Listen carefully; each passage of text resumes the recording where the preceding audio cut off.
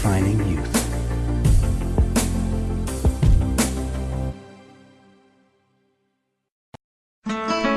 This song, like all our songs, are dedicated to children. Try one more time. One more time. Okay. Okay, good. Thank you for coming. We're going to have a great time tonight. Can everyone hear me in the back? If you said no, you can hear me, so that's not going to work. Okay, great. Well, tonight we're going to cover the information that's the latest topic of my newest book called The Formula for Health. But before I do that, I want to get to know everyone in the room, and I want everyone to know me, who I am, and why I'm doing what I'm doing. How many people here have heard me speak before? Great, not too many of you, so my jokes will be nice and fresh. Wonderful, we're going to have a fun time. Now, before I get started, I can start off by saying I am from New York, if you couldn't guess it already. Is there anyone here from New York? Great, we have a translator in the room. We're going to be talking tonight about a lot of good information that's going to be very helpful. I encourage everyone to take notes. I will have an email list going around if you'd like to put your email on there for my newsletter. Pat, if you could pass that around, that'd be great. I don't need your name, I just need your email address. I won't share it with anyone. Now, before I get started, we only have a certain amount of time, and I will take comments and questions at the end. But what I would like to do first is I want to find out some things from everyone here, so I know what the best information I have I can give you in the amount of time we have. So, how many people here are eating a raw food diet? And I don't mean just like tonight. Okay. How many people here are eating a diet that's not necessarily all raw, but has a lot of fruits and vegetables in it? Wonderful, wonderful. How many people here are eating a vegan diet? A vegan diet. No animals or any animal products. Okay, wonderful. How many people here are eating a lacto-vegetarian diet? Like a fake vegetarian? No, I'm just kidding. I'm just kidding. That's just How many people don't want to raise your hand? Raise your hand. All right. How many people here just came from McDonald's? I just did. I probably visit more McDonald's than anyone else in this room. I love McDonald's. Because when you travel as much as I travel and you need a bathroom, it's a great place to go. The reason why it's so great is it's always available and they never kick you out. The reason why it's always available is because everyone's eating that food is constipated, so they're not using the bathroom. So it's like brand new. That works in every fast food store except Taco Bell for some reason. But what I see when I go to McDonald's is quite confusing. I see people online about to eat some of the worst food on the planet, and they're happy. People are happy, waiting for their Happy Meal, and everyone's happy. And that doesn't confuse me, because I did that myself for many years. But what really confuses me is when I go to a health food store. Many times I see people online about to eat some of the best food on the planet, and they're miserable, and they're confused. And I couldn't figure out why that was. I thought to myself, maybe they really need the bathroom and it's not available. But then I realized the answer. Health is more than just diet alone. Health is more than just diet alone. I don't care how good your diet is. If you're not paying attention to the other aspects of health, you're not going to be as healthy as you can be. And you're certainly not going to be as happy as you can be. So we're going to talk about all the different aspects of health, not only diet, but we're going to focus on diet because that's where people seem to be misled and messing up more than any other areas. So we're going to talk about all these areas tonight, and that's basically the topic of my new book. Now, I want to get into my background, but before I do, I can tell you, I want to clarify some things. The first thing is, I eat a 100% raw food diet, and I've been doing so for over 15 years now. Now, I don't think you need to eat a 100% raw food diet to be healthy. So I don't want anyone in this room thinking if it's all or none. If you eat a majority, maybe 70-80% of your diet, high quality, and then another 10 or 20 or 30% good high quality cooked foods, that's fine. The only reason I don't eat cooked foods is because I just don't have a desire to do so, because I love raw food. If I did, I would enjoy some cooked food every now and then and I would be fine. So I want to make that clear. The other thing people always ask me is, how over all these years have I remained to stay so strict or obedient to eating a 100% raw food diet? And I'll give you several answers. The first one is discipline. I'm a very disciplined person. Now when I tell people how I eat, many times the reaction I get is, well, I'm not that disciplined, I can't do that. Let me tell you all something. We're all disciplined for what we love. We're all disciplined for what our passion is.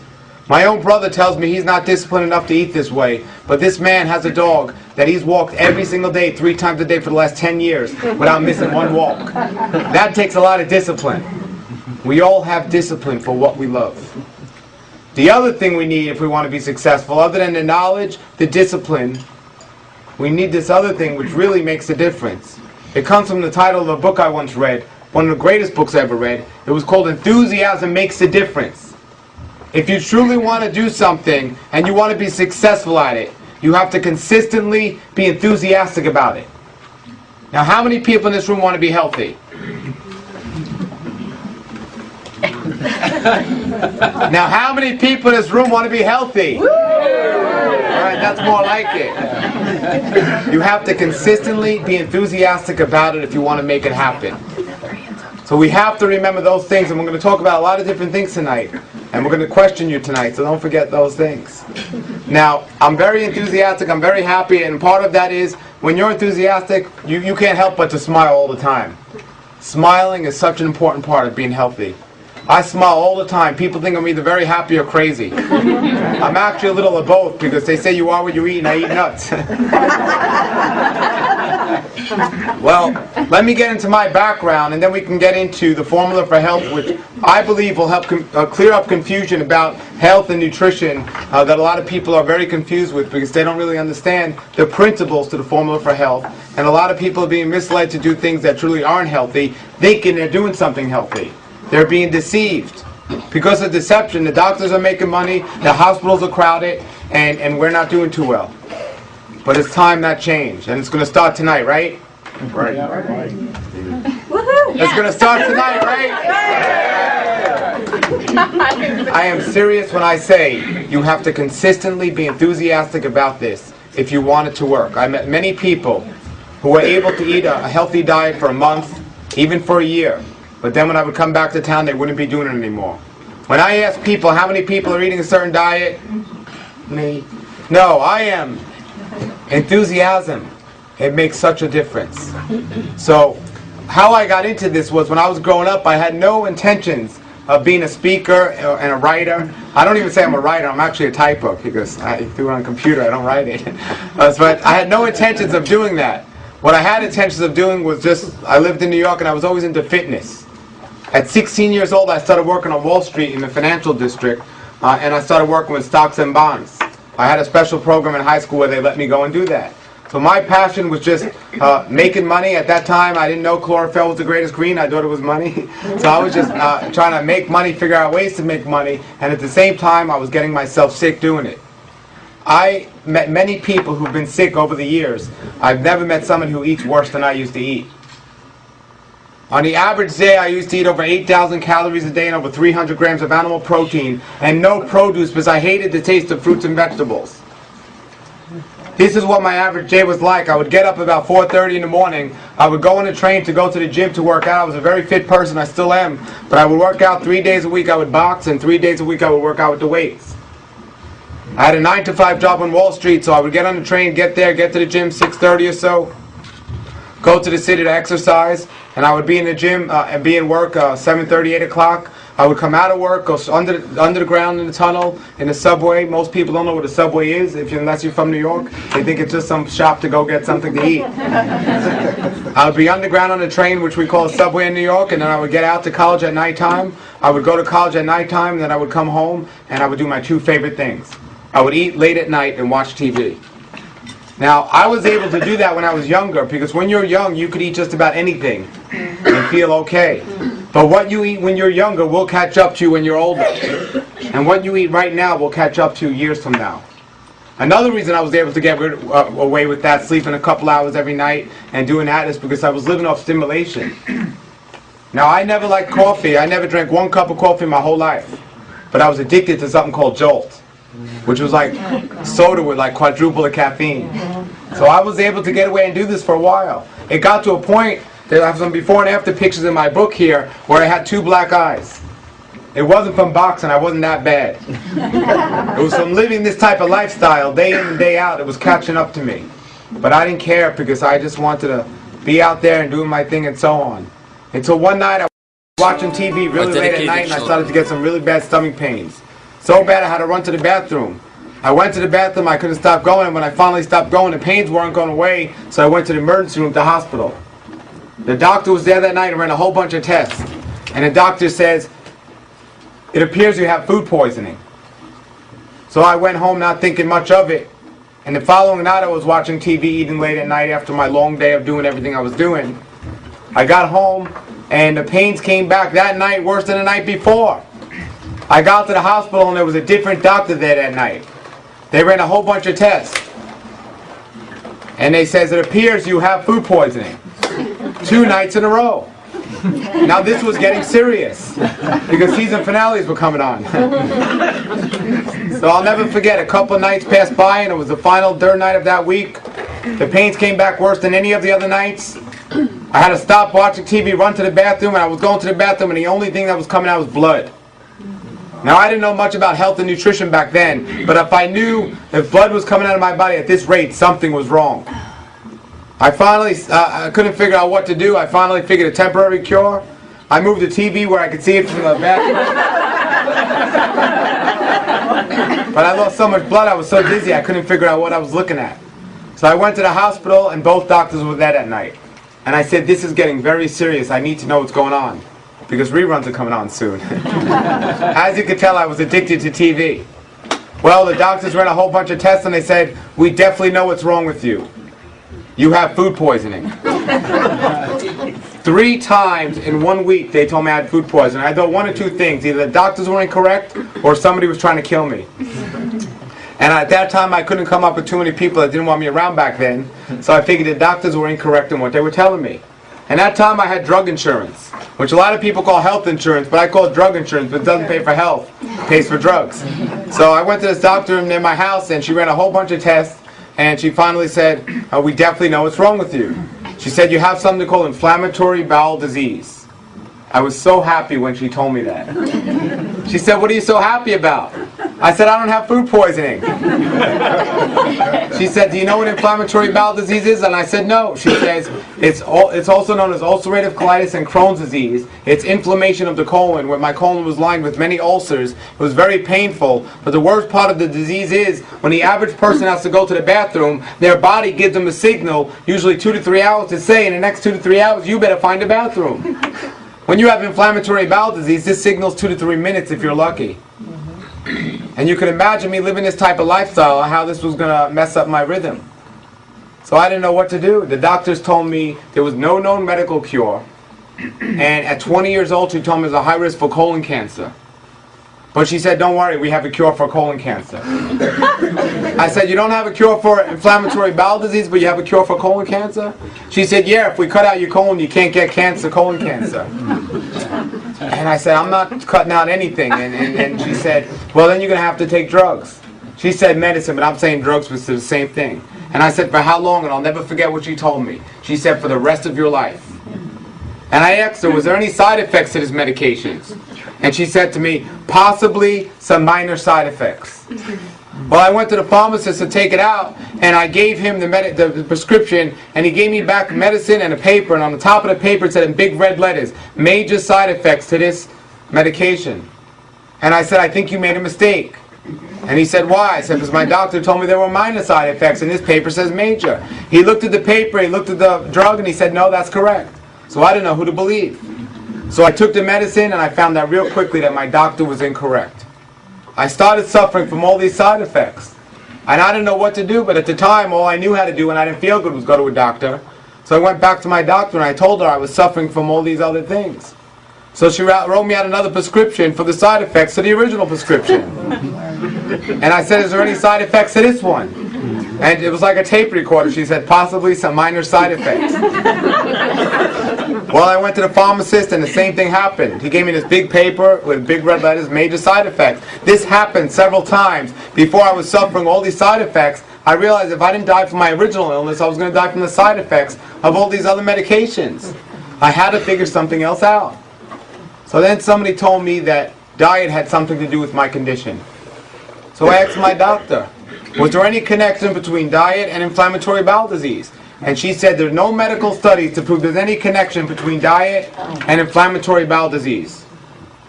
Well, since she wasn't getting me better and everything she told me to do was getting me worse, I figured to look more into this. Somebody told me if I eliminated dairy products from my diet, my condition would begin to heal. So I asked my doctor, was there any connection between dairy products and inflammatory bowel disease? And my doctor said there's no medical studies between dairy products and inflammatory bowel disease. Here's where I got wise.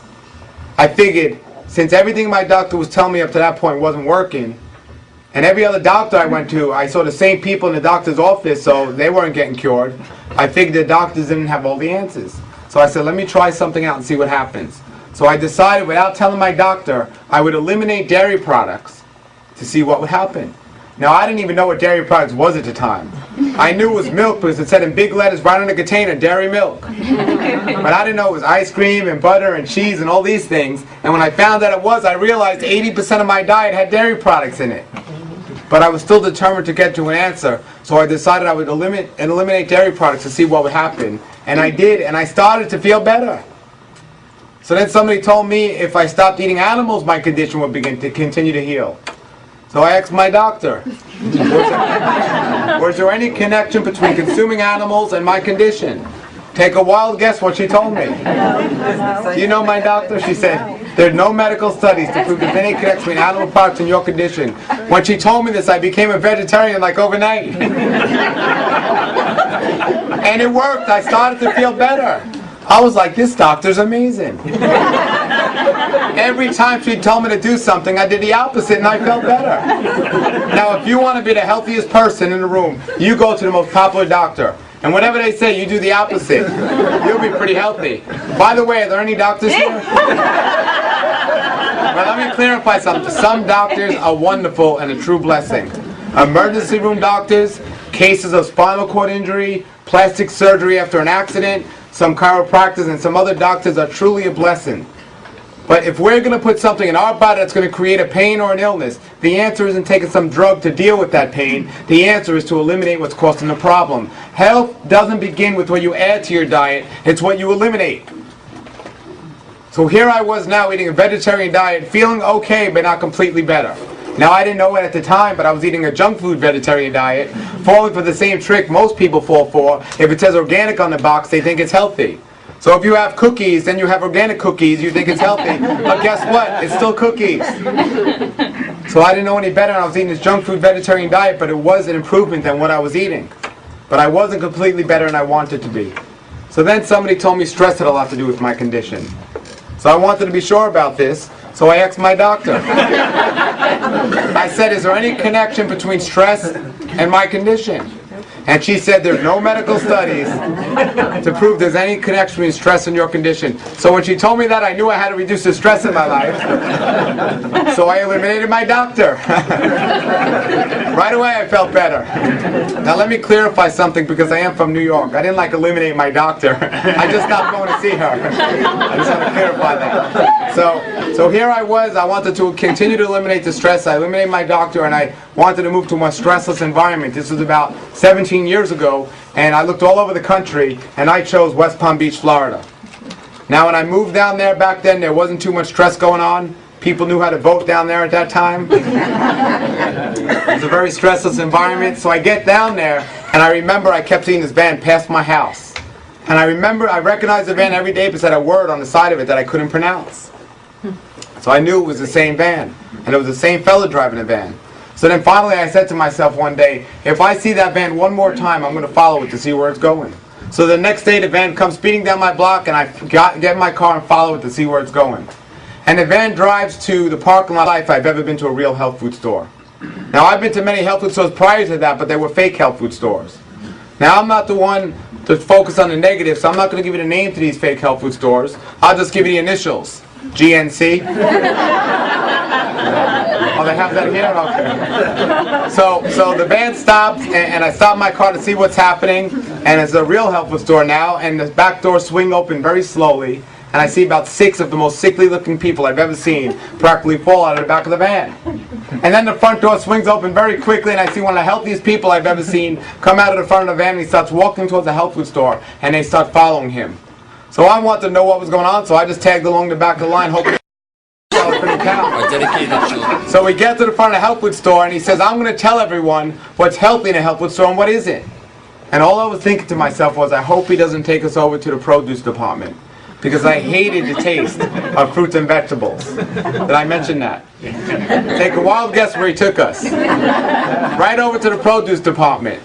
And he says, here it is, fruits and vegetables. That's all you need to get better. And I said to him, what happens if we don't like the taste of fruits and vegetables? I'll never forget, he looked at me and he said, who are you? Well, I told him who I was, and I told him what I was doing there, and I said I had something called inflammatory bowel disease, also known as ulcerative colitis, and Crohn's disease, and I'd like to get rid of it. And he said, we could do that with no problem. I said, no, I don't want to cut my colon out. He said, why would you say something crazy like that? I said, because that's what my doctor told me. He said, no. He was from a place called Hippocrates Health Institute, which was a raw food health spa that I had moved right next to without even knowing what raw food was or what this place was. And that's why I kept seeing a van. And sick people from all over the world go there. Unfortunately, some go there as a last resort instead of using wisdom and going there as a first resort. But the bottom line is people go there, and on a raw food diet, they're reversing their diseases. They're reversing the condition of their health from bad to good, and so on. So I went there, and I got all these books and a whole bunch of books, and I'll never forget, I was a negative thinker. I didn't always smile, and I wasn't always a positive thinker. I was a negative thinker. When I was walking there the first day, or driving my car up there, I saw a lady in a wheelchair. And I said, this place can't be that good. This lady's in a wheelchair. So I got all these books and everything else. I went home and I read them all. By ladies named like Ann Wigmore, by Brian Clement, who was actually a fellow at the health food store, by Victoria Skovinskis, and all these other health authors. And I got all these books by them, and I went home, and I spent 3 weeks just searching those books. I didn't leave my house for 3 weeks practically. I just read those books. I was so excited to go and learn more about the raw food diet after reading these books and everything else. So I go there, and I remember I was driving up there 3 weeks later, and I saw what was either this lady's twin sister or this lady had a miraculous recovery, because it was the same lady running in front of the place. And me still thinking negative, I said, this place is so bad, they got a lady out of a wheelchair to run out of here. But they didn't. This lady recovered from her condition. Now, I'm not saying everyone's going to recover in just 3 weeks, but what I'm saying, I can guarantee everyone will improve from their condition if they start doing things that go along with what the body needs and not going against it. Well, that's what this lady was doing. And after seeing that and reading these books, I was excited. I was so excited and ready to do this program. I was about 99% sure. But I don't do anything unless I'm 100%.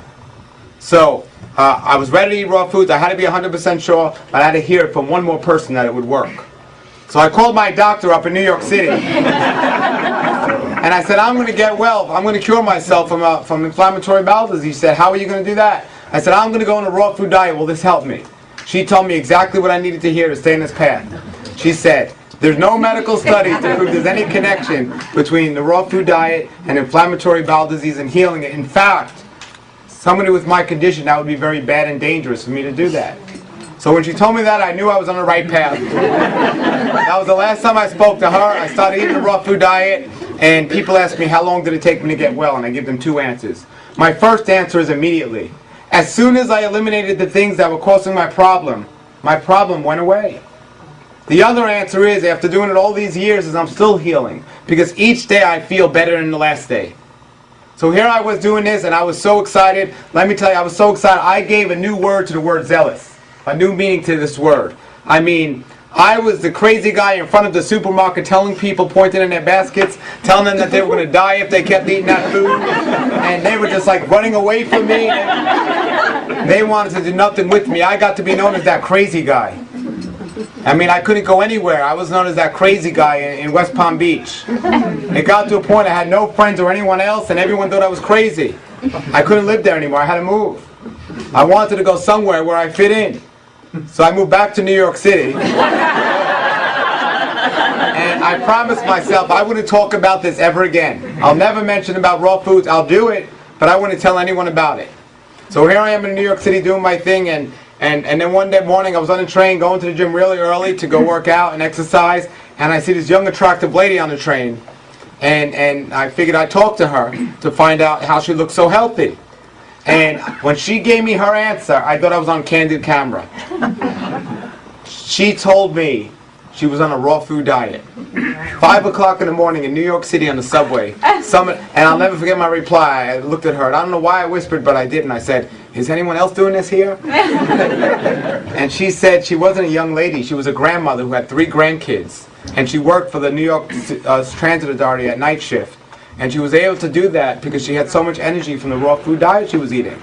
And she said, and perhaps there were 2 groups that were doing this there. One of them was led by a fellow named Matthew Grace, and another of them was led by a fellow named David Joe, who to this day are still teaching these. So I went to these groups and I continued to teach raw food within these groups, but I wasn't going to talk about it outside of these groups.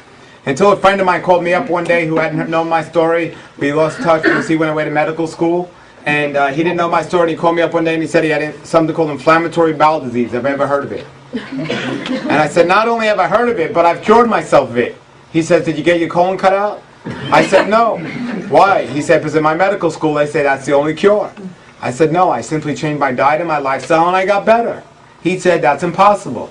I said, why? He said, it's because in medical school they teach me there's no connection between diet and the condition.